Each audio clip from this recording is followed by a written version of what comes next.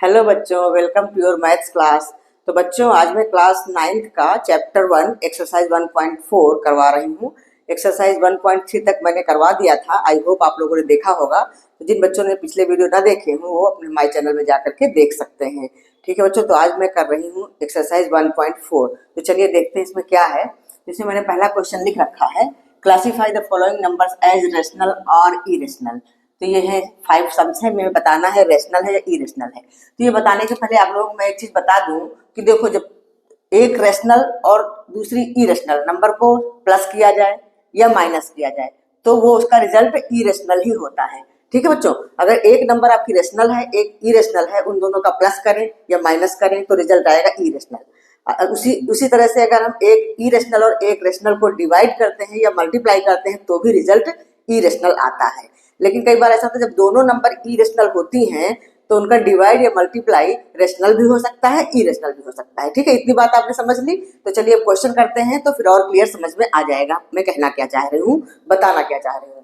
तो देखो, इसमें हमें क्लासीफाई करना है, बताना है इन नंबर्स में कौन सी इरेशनल है और कौन सी रेशनल है। तो अपना मैं पहला वाला देख लेती हूँ। फर्स्ट नंबर ये है हमारा 2 माइनस रूट 5, तो ये क्या हो जाएगी इरेशनल। ये नंबर होगी हमारी इरेशनल। कैसे होगी देखो, इसमें एक नंबर तो रेशनल है, 2 हमारा रेशनल है, रूट 5 इरेशनल है। तो एक रेशनल और एक इरेशनल को सब्ट्रैक्ट किया है आपस में तो ये इरेशनल नंबर ही बनेगी, बताया था ना मैंने। क्योंकि रूट के अंदर जो भी हमारी प्राइम नंबर्स होती है वो हमेशा इरेशनल ही होती हैं। ठीक है, तो रूट 5 रूट 2 रूट 3 ये सारी इरेशनल है, तो आप लोग जानते हो। और 2 हमारी रेशनल है, तो रेशनल और इरेशनल का आपस में सब्ट्रैक्शन हुआ तो हमारा रिजल्ट आया इरेशनल। ठीक है, अब हमारा सेकेंड क्वेश्चन हमारा है, ऐसा है 3 प्लस रूट 23 ब्रैकेट बंद फिर माइनस रूट 23। अब देखिए, इसमें हम अगर ब्रैकेट खोलते हैं इसको सॉल्व करते हैं तो ऐसा आ जाएगा 3 प्लस रूट 23 माइनस रूट 23। अभी प्लस है माइनस है तो ये हमारा कैंसिल आउट हो गया, हमारा आंसर निकला सिर्फ 3। तो ये हमारी हो जाएगी रेशनल। ठीक है बच्चों, क्लियर हुआ। तो इस तरह से अगर हमें सॉल्व करने पर रेशनल मिल रही है तो उसका आंसर रेशनल होगा। ठीक है, इसको तो हम और सॉल्व कर नहीं सकते थे, तो ये तो हमारी इरेशनल है, ये हमारी हो गई रेशनल।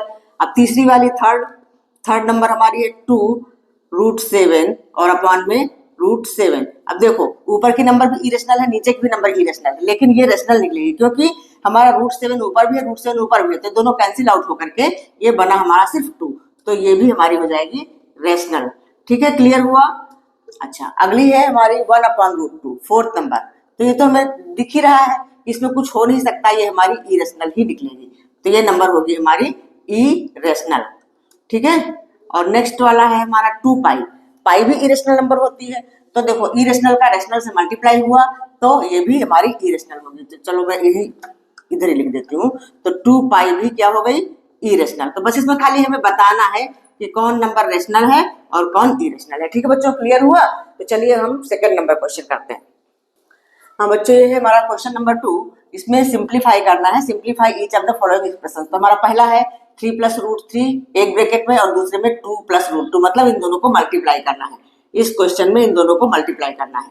तो हमारा हम पहला सॉल्व करते हैं 3 प्लस रूट 3 और मल्टीप्लाई 2 प्लस रूट 2। तो कैसे करेंगे देखो, एक एक नंबर लेते हैं, इधर से ले ले इधर से ले ले। तो चलो मैं पहले 2 लेती हूँ, 2 को इन दोनों मल्टीप्लाई करते हैं। 2 को 3 से मल्टीप्लाई कराएंगे तो आएगा 6, और 2 को रूट 3 से मल्टीप्लाई कराएंगे तो हमारा ये मल्टीप्लाई ऐसे नहीं होता, 2 और रूट 3 इस तरह से लिखेंगे, क्योंकि ये एक रूट वाली नंबर है, ये खुली नंबर है, मतलब ये रेशनल है इरेशनल, तो इसको इस तरह से लिखा जाता है 2 रूट 3। तो हो गया इसका काम, 2 का काम खत्म। 2 से हमने दोनों नंबर को मल्टीप्लाई करा लिया। अब रूट 2 लेते हैं, रूट 2 को 3 से मल्टीप्लाई कराएंगे तो हमारा आएगा 3 रूट 2, और रूट 2 को रूट 3 से मल्टीप्लाई करेंगे, जो रूट के अंदर ही मल्टीप्लाई होता है तो आपस में मल्टीप्लाई हो जाता है। 2 3 जा 6, तो ये हमारा हो जाएगा रूट के अंदर 6। अब देखो, कोई नंबर जुड़ते घटने वाली है नहीं, कोई नहीं, सब में अलग अलग है। 6 तो हमारी रेशनल है, ये हमारी इरेशनल है, लेकिन ये 2 रूट 3 है और ये 3 रूट 2 है, तो ये आपस में जुड़ नहीं सकती। अगर इसके अंदर भी रूट होता 3 में तो फिर हम इन दोनों को आपस में जोड़ सकते थे, और ये है रूट 6, तो ये कोई भी जुड़ने वाली नहीं है, तो हमारा आंसर यही होगा। ठीक है, तो यही हमारा हो गया आंसर। तो ये हमारा सॉल्व हो गया। अब question number 2, second number question, ये है हमारा 3 प्लस रूट 3 और 3 माइनस रूट 3। ये भी देखो, आप मल्टीप्लाई करोगे तब भी इसका आंसर आ जाएगा, या फिर इसके लिए एक रूल है, एक फार्मूला है, आइडेंटिटी है। जब दोनों ही ब्रैकेट में नंबर सेम हो, खाली प्लस माइनस का डिफरेंस हो, तो एक आइडेंटिटी आप लोगों ने 8th क्लास में सीखी होगी शायद, या नहीं आता है जिसको, तो मैं बताती हूँ क्या होता है। अगर एक ब्रैकेट में मान लो कोई नंबर है a, एक ब्रैकेट में है a प्लस बी और दूसरे में है a माइनस बी, तो इसकी आइडेंटिटी होती है a की स्क्वायर माइनस b की स्क्वायर। ठीक है, तो ये आइडेंटिटी लगा के हम इसको कर लेंगे, इजीली हो जाएगा। और अगर आप चाहते हो मल्टीप्लाई करके करना तो भी सही है, गलत नहीं होगा। तो मैं दोनों तरह से बता देती हूँ। आइडेंटिटी लगा के, जैसे हम 3 को a मान लें और रूट 3 को b मान लें, तो हो गया ना a plus B, a minus B. तो बस इसको नेक्स्ट स्टेप में ही हम कर देंगे a स्क्वायर, दैट मीन्स 3 की स्क्वायर, और माइनस b स्क्वायर मतलब रूट 3 की स्क्वायर। तो हमारा 3 की स्क्वायर क्या होता है, 3 इंटू 3 क्या होगा 9, और माइनस रूट 3 की स्क्वायर, रूट 3 को रूट 3 से मल्टीप्लाई करेंगे तो ये हमारा रूट हट जाता है, ऐसा हो जाता है। जैसे रूट 3 इंटू रूट 3 किया, हमने बताया ना रूट के अंदर एक जैसी नंबर होती है तो उनका मल्टीप्लाई हो जाता है। तो ये हमारा क्या बना, 3 3 जा 9, रूट के अंदर 9। तो हम जानते हैं कि 9 का स्क्वायर रूट क्या होता है 3। तो अगर रूट 3 को रूट 3 से मल्टीप्लाई कर लो तो समझो स्क्वायर, ये इसका स्क्वायर रूट खत्म होकर सिर्फ 3 आता है। तो रूट 3 का होल स्क्वायर मतलब इससे ये कट गया तो आ गया 3। ठीक है, ऐसे समझ लो इसको। तो ये हमारा हो गया 9 माइनस 3 इक्वल टू 6। तो ये तो मैंने आपको आइडेंटिटी से बता दिया। और अगर इसी सवाल को आप मल्टीप्लाई करके करते हो तो भी आंसर इतना ही आएगा, वो भी बता देती हूँ। लेकिन आइडेंटिटी लगाना ज्यादा अच्छा है। जब आइडेंटिटी आपको पता है तो आइडेंटिटी लगा के ही सवाल करना। लेकिन फिर भी मैं इसको मल्टीप्लाई करके एक बार दिखा देती हूँ। चलो इधर दिखा देती हूँ। जैसे पहला वाला किया था, पहले में देखो हमारी दोनों नंबर अलग अलग थी, तो हमारे पास कोई चॉइस नहीं थी, कोई आइडेंटिटी नहीं थी, हमें मल्टीप्लाई करना ही था। लेकिन दूसरी नंबर में हमारे पास ये वाली आइडेंटिटी है तो हमने ये यूज कर लिया। ठीक है, तो अब इसको अगर हम इसी सवाल को दोबारा मल्टीप्लाई करके देखें तो भी हमारा आंसर इतना ही आना है।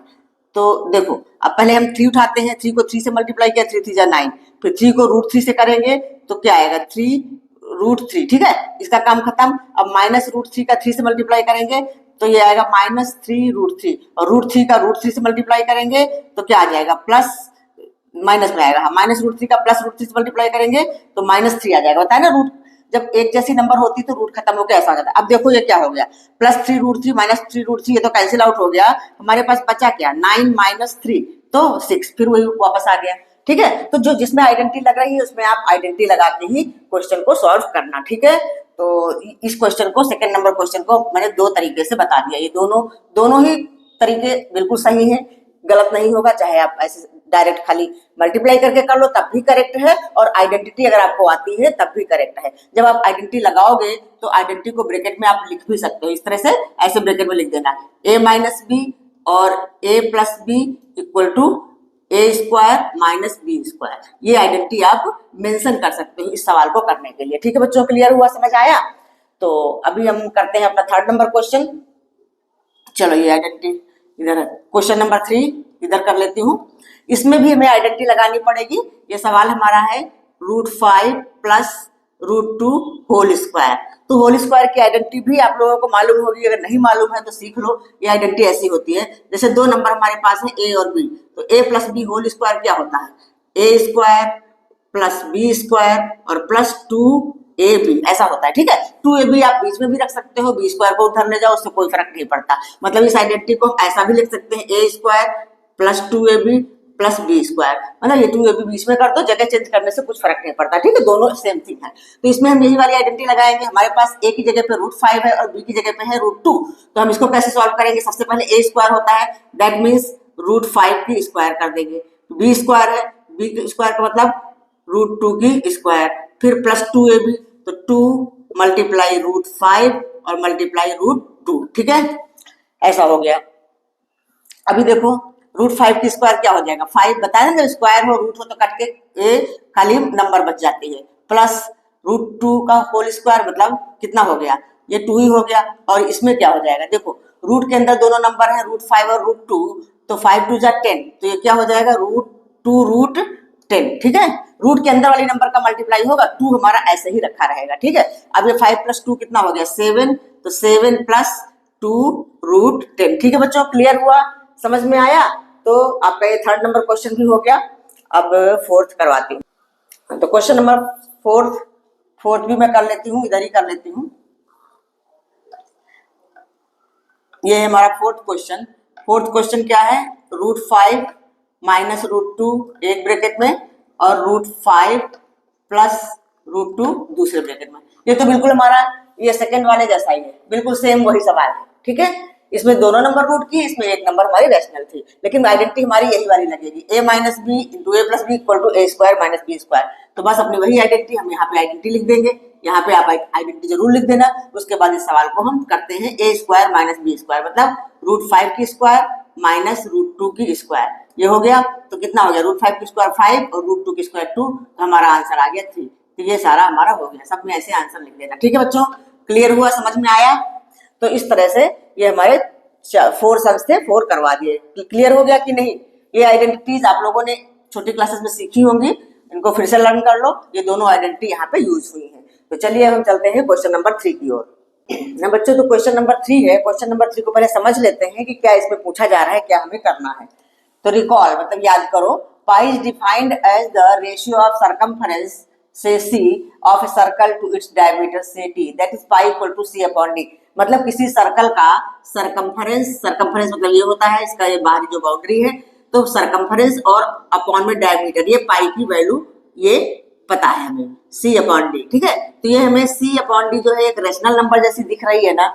रेशनल नंबर यही तो होती है जो कि p अपॉन q के फॉर्म में एक्सप्रेस की जा सके। ठीक है बच्चों, ये तो पता है आप लोगों को। तो वही इसमें बोला है कि pi equal to c upon d है, सरकमफरेंस अपॉन डायमीटर। तो this seems to contradict the fact that pi is irrational. और हम जानते हैं कि ये जो हमारी पाई है ये इरेशनल नंबर है। अब इरेशनल नंबर इक्वल टू है रेशनल नंबर के, ऐसा हमें दिख रहा है, जो कि ऐसा है नहीं, ऐसा दिख रहा है कि c अपॉन d जो है हमारा इरेशनल नंबर के इक्वल दिख रहा है और ये हमें रेशनल जैसा दिख रहा है। तो वही बोला है कि this seems to contradict the fact that pi is irrational. How will you resolve this contradiction. तो आप इस कंट्राडिक्शन को कैसे खत्म करोगे, कैसे रिजॉल्व करोगे? ठीक है, तो पहली बात तो इसमें कोई कंट्राडिक्शन है नहीं, मैं करके दिखाती हूँ। जैसे pi equal to C upon D है, ठीक है, तो पाई तो इरेशनल है, ये हम सबको पता है, लेकिन सी अपॉन डी इरेशनल है या नहीं है, अभी तो हमें दिख रहा है कि ये रेशनल के रूप में पी अपॉन क्यू के रूप में लिखा हुआ है। लेकिन अभी हमने ये भी तो बताया कि अगर एक इरेशनल नंबर और एक रेशनल नंबर आपस में डिवाइड होती हैं या मल्टीप्लाई होती हैं तो उनका रिजल्ट हमेशा इरेशनल आता है। तो हमें तो ये नहीं पता है ना कि सी इरेशनल है कि डी इरेशनल है, कोई ना कोई तो इसमें इरेशनल होगी, तब ये पाई के इक्वल दिख रहा है, पाई इरेशनल है। तो ठीक है, तो इसमें कुछ करना नहीं है, बस हमें इस तरह से लिखना है कि आइदर सी और डी इज रेशनल और both C and D are irrational. तो बस इसको हम इस तरह से लिख करके इसको रिजॉल्व करेंगे। तो आइदर सी और डी इज इरेशनल, ठीक है, या फिर ऐसा हो सकता है or both are irrational, or both C and D are irrational. ठीक है बच्चों, ये बात समझ में आ रही है? ये हम मान लेते हैं, तो हम ऐसा मान लेते हैं, चलो पाई तो इरेशनल है ये पता है, इसको तो हमें कुछ छूने की जरूरत नहीं है। सी और डी में ही कोई ना कोई इरेशनल होगी और कोई रेशनल होगी। तो एक इरेशनल एक रेशनल का जो डिवाइड होता है वो तो हमेशा इरेशनल नंबर निकलती है, इसीलिए पाई के इक्वल है। ठीक है, तो हम मान लेते हैं कि लेट सी इज इरेशनल। ठीक है, सी को हम इरेशनल मान लेते हैं, मतलब सरकमफरेंस जो है इसको हम इरेशनल मान लेते हैं। अगर सी इरेशनल है तो देयरफॉर जो सी इरेशनल है तो C upon D is also irrational. ठीक है, तो ये हमारा हो गया। जब ये इरेशनल है तो हम इसको लिख सकते हैं therefore pi equal to C upon D. तो ये हमारा pi equal to C upon D हम लिख सकते हैं। तो इसमें कोई कंट्राडिक्शन वाली बात नहीं है। हम ये भी लिख सकते हैं कि देयर इज नो कंट्राडिक्शन। ऐसे इधर अगर आप लिखना चाहो तो ये लिख लो, देयर इज नो कंट्राडिक्शन, कोई कंट्राडिक्शन इसमें नहीं है, क्योंकि हम कोई भी लेंथ जो स्केल से किसी और डिवाइस से मापते हैं तो पूरी एग्जैक्ट नहीं होती, हमें पता ही नहीं चल पाता वो रेशनल है कि इरेशनल। तो when we measure a length with a scale और any other device we only get an approximate rational value. ठीक है, तो आगे हम ये लिखेंगे कि व्हेन वी मेजर, नापते हैं, when we measure any length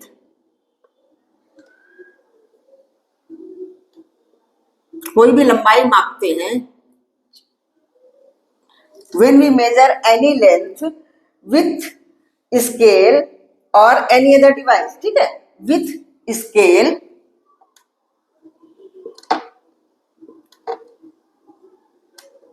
और एनी अदर डिवाइस, ऐसा भी आप लिख करके बता सकते हैं। इस तरह का क्वेश्चन वैसे एग्जाम में आता नहीं है, कम आता है, लेकिन फिर भी समझ लो, बुक में है तो समझना है।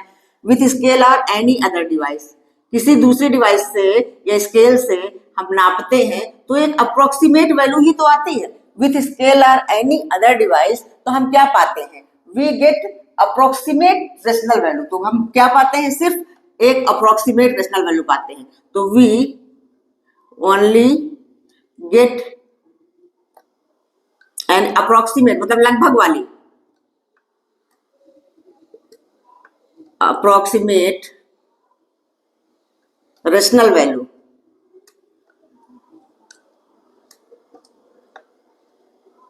ठीक है, जब हम किसी भी लेंथ को स्केल और एनी अदर डिवाइस से पाते हैं तो हम सिर्फ उसके एक अप्रोक्सीमेट रेशनल वैल्यू पाते हैं, इसलिए we do not realise that either C और डी इज इरेशनल। तो इसीलिए हमको पता नहीं चल पाता है।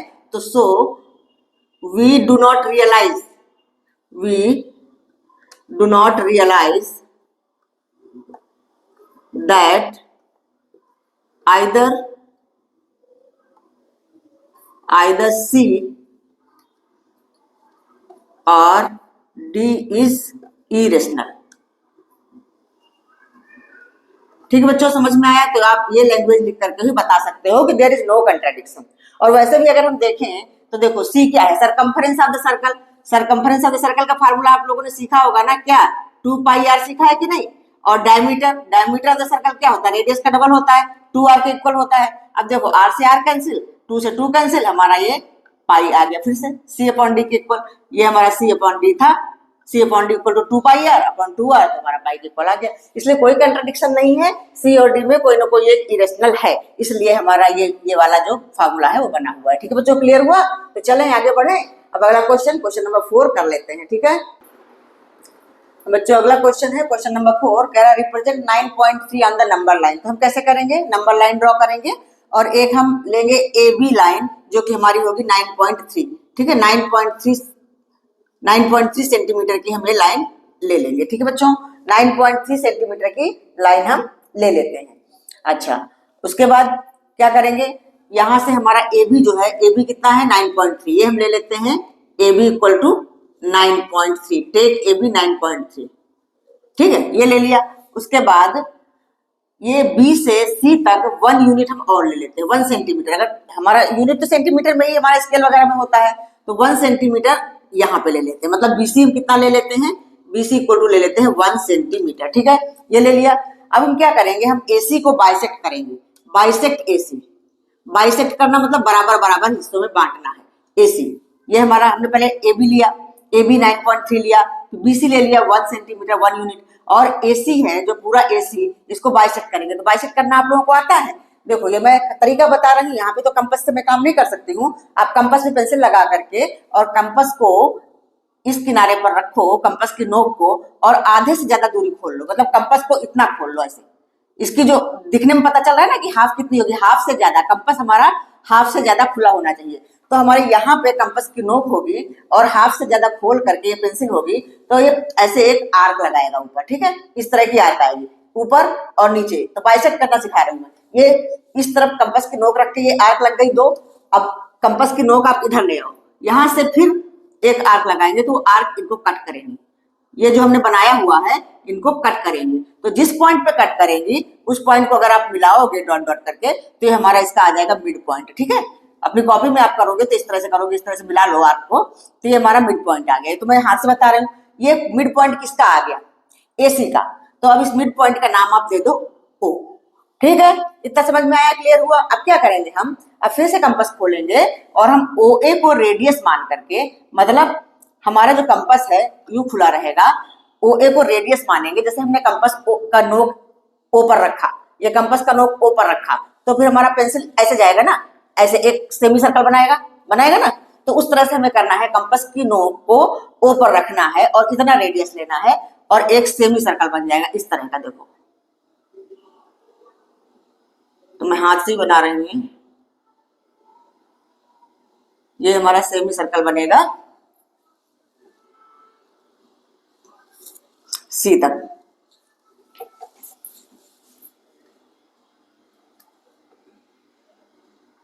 ठीक है, जब आप कंपास से करोगे तब एक क्लियर आएगा अच्छे से। तो हाथ से मैंने करा है, तो चलो इसको थोड़ा सा और इस तरह का एक बन गया आपका सेमी सर्कल। ठीक है, जो कि सी मतलब ए सी एक हाफ सर्कल बना लिया। जब हम यहाँ पे कंपास की नोक रखेंगे तो हाफ सर्कल बना। ठीक है, क्लियर हुआ, समझ आया?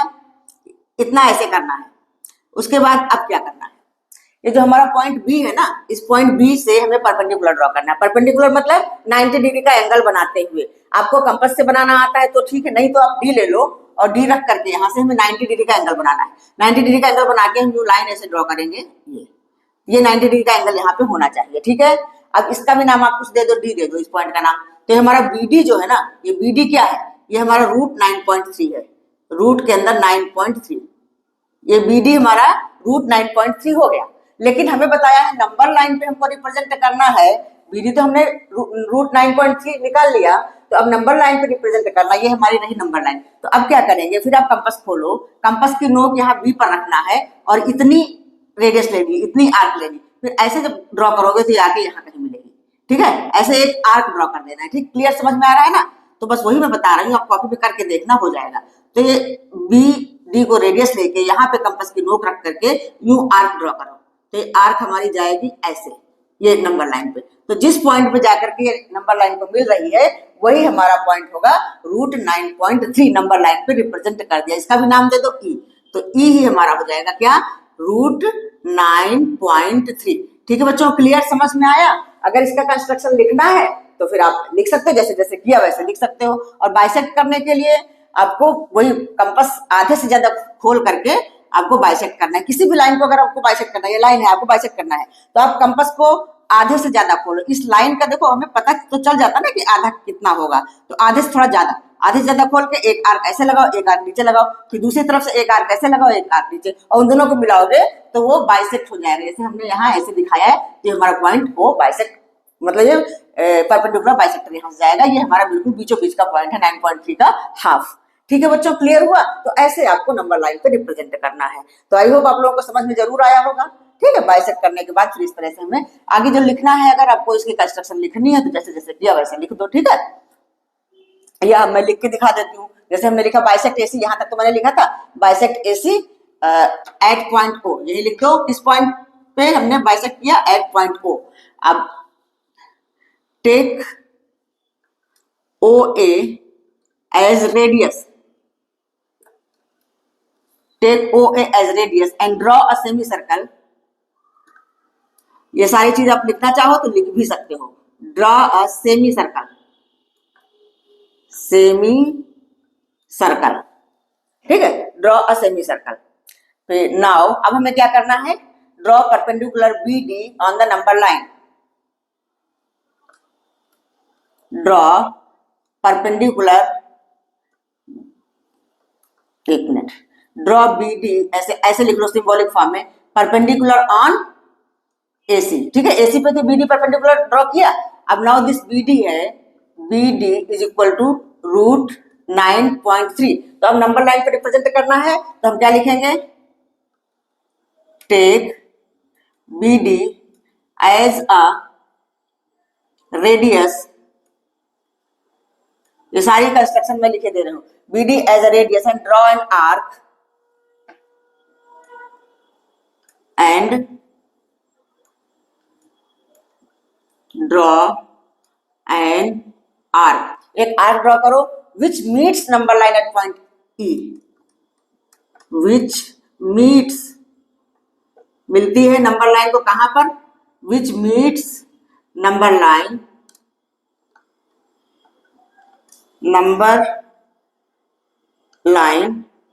at point E। ठीक है, अब यही हमारा जो पॉइंट ई है यही हमारा है रिप्रेजेंटेशन ऑफ 9.3, रूट 9.3। ठीक है, तो आगे हम लिखेंगे this point E is root 9.3 on number line. ठीक है, तो समझ में आया है सवाल कैसे कैसे करना है, सारा मैंने लिख भी दिया क्या क्या करना है। सबसे पहले take AB 9.3 BC equal to 1 centimetre, bisect AC at point O, कैसे बाइसेक्ट करना हो तरीका मैंने बता दिया। Take OA as radius and draw a semi circle, semi circle draw कर लिया। Draw BD perpendicular AC, BD जो है AC पर परपेंडिकुलर ड्रॉ करना है।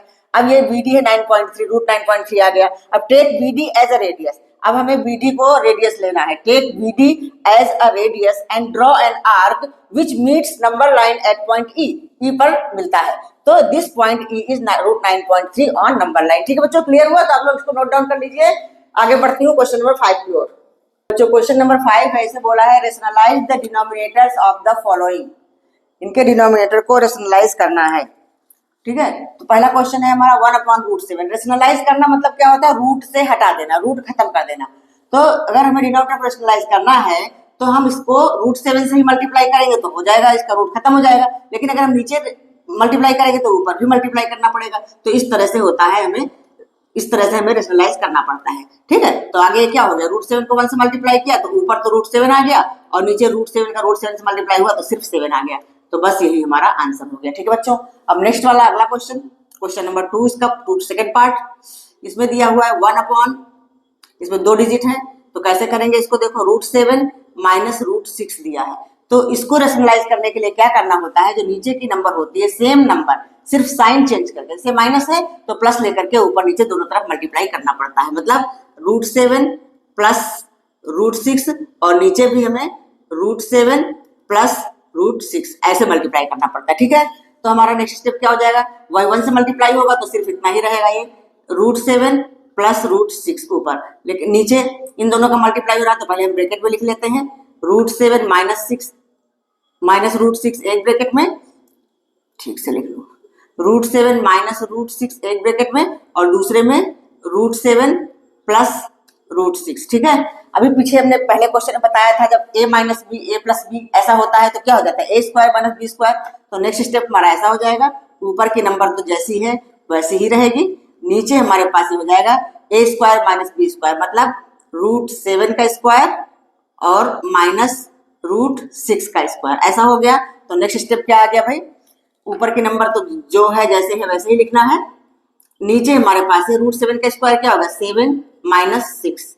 ठीक है, तो ये अब 7 माइनस 6 क्या हो जाएगा? 1 हो जाएगा, मतलब अपॉन में 1। तो अपॉन में 1 का तो कोई मतलब होता नहीं है, चाहे एक स्टेप लिख लो आप, √7 प्लस √6 अपॉन में 1, या फिर अगले स्टेप में इसको ऐसे लिख दो, या फिर ये वाला स्टेप आप छोड़ करके सीधा डायरेक्ट √7 प्लस √6 लिख सकते हो। ये हमारा हो गया आंसर। ठीक है, क्लियर हुआ? तो अभी हम इसका थर्ड नंबर कर लेते हैं।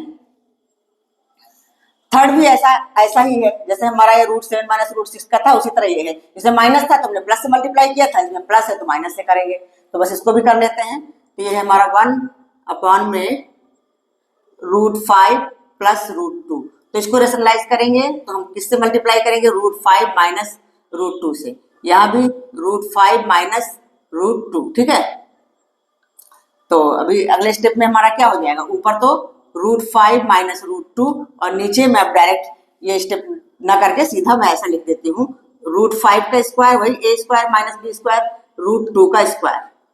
तो ये क्या बन जाएगा? नेक्स्ट स्टेप हमारा ऐसा आएगा, √5 माइनस √2, और ये 5 माइनस 2 हो जाएगा। नीचे नीचे क्या हो जाएगा? √5 का स्क्वायर 5 और √2 का स्क्वायर 2, 5 माइनस 2। तो अगला स्टेप हमारा ऐसा हो जाएगा, √5 माइनस √2 और अपॉन में 3। ये हमारा हो गया आंसर। ठीक है, क्लियर? अब हमारा एक बच रहा है, हो जाएगा इतने में, तो वो भी कर देते हैं। ये भी सेम ऐसा ही है, 1 अपॉन √7 1 अपॉन √7 माइनस 2 पे रूट नहीं लगा है इसमें, तो इसको हम कैसे करेंगे? देखो 1 अपॉन √7 माइनस 2 मल्टीप्लाई करेंगे तो इसी नंबर से मल्टीप्लाई करेंगे, खाली साइन चेंज करके प्लस लगा के ऊपर, तो ऊपर हमारे पास हो जाएगा √7 प्लस 2, और नीचे भी √7 प्लस 2। तो नेक्स्ट स्टेप हमारा क्या आएगा? ऊपर तो हमारे पास होगा √7 प्लस 2, और नीचे हमारे पास क्या आ जाएगा? √7 की स्क्वायर माइनस 2 की स्क्वायर। ठीक है, तो नीचे हो जाएगा √7 की स्क्वायर और माइनस 2 पे रूट नहीं लगा है, ऐसे ही स्क्वायर। तो अगला स्टेप हमारा होगा √7 प्लस 2, और नीचे है √7 की स्क्वायर कितना होगा? 7 होगा भाई, जो स्क्वायर लगा है रूट खत्म हो जाएगा खाली, लेकिन 2 की स्क्वायर 4 हो जाएगा, 4, 2 2 2 4 होता है ना। तो नेक्स्ट स्टेप हमारा आ जाएगा √7 +2 और नीचे 7 में से 4 घटाएंगे तो कितना आएगा 3। तो ये हमारा हो गया आंसर। ठीक है, ये 4 सम्स ये भी कंप्लीट हो गए। ठीक है बच्चों, क्लियर हुआ, समझ में आया? तो √7 + 2 अपॉन में 3। ठीक, तो आज ये एक्सरसाइज 1.4 कंप्लीट हो गई है। तो आई होप आप लोगों को समझ में आया होगा। तो बच्चों अगर समझ में आया है तो लाइक करिए, शेयर करिए और सब्सक्राइब कर लीजिए। अपने फ्रेंड्स को भी शेयर करिए कि वो भी इसका लाभ उठा सकें। और अगर कोई चीज समझ में ना आई हो तो प्लीज कमेंट बॉक्स में लिख करके आप पूछ सकते हैं, मैं जरूर बताऊंगी नेक्स्ट वीडियो में। ठीक है, तो अब नेक्स्ट वीडियो में अगली एक्सरसाइज करवाएंगे। आज के लिए इतना ही, तो मिलते हैं आप लोगों से नेक्स्ट वीडियो में। तब तक के लिए बाय बच्चों, स्वस्थ रहिए, मस्त रहिए और खुश रहिए। ठीक है, तो मिलते हैं नेक्स्ट वीडियो में।